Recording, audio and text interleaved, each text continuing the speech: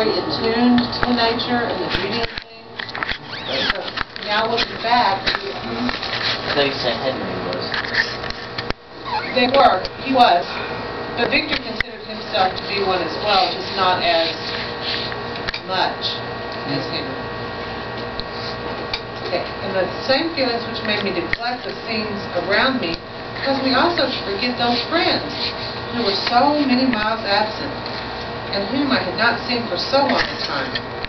I knew my silence disquieted them, and I well remember the words of my father.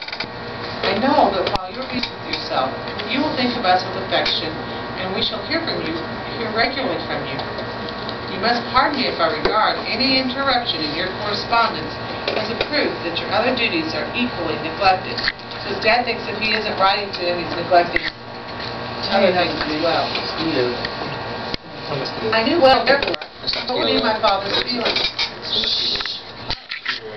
And I just want to finish you can do the questions on your own. Sorry. Can we finish the questions and do the reading on our own? We That can't? would ever happen? Oh. Some of you?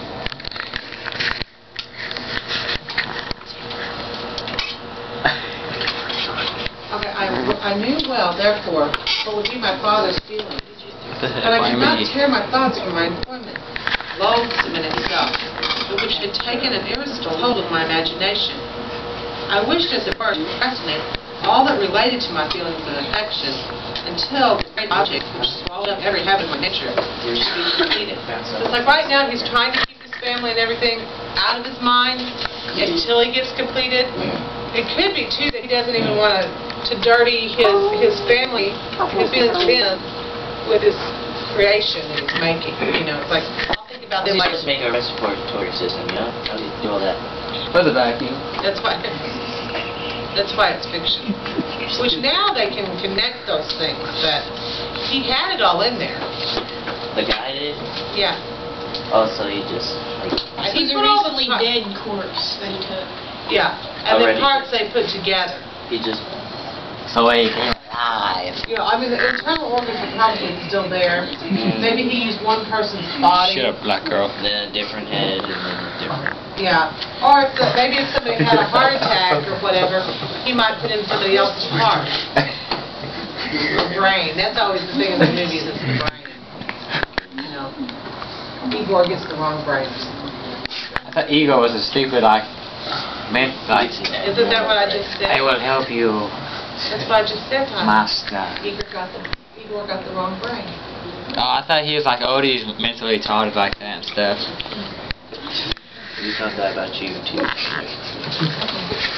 I then But thought I'm that my lying. father would be unjust if he ascribed my neglect to vice or faultiness on my part, but I am now convinced that he was justified in conceiving that I should not altogether be free from blame.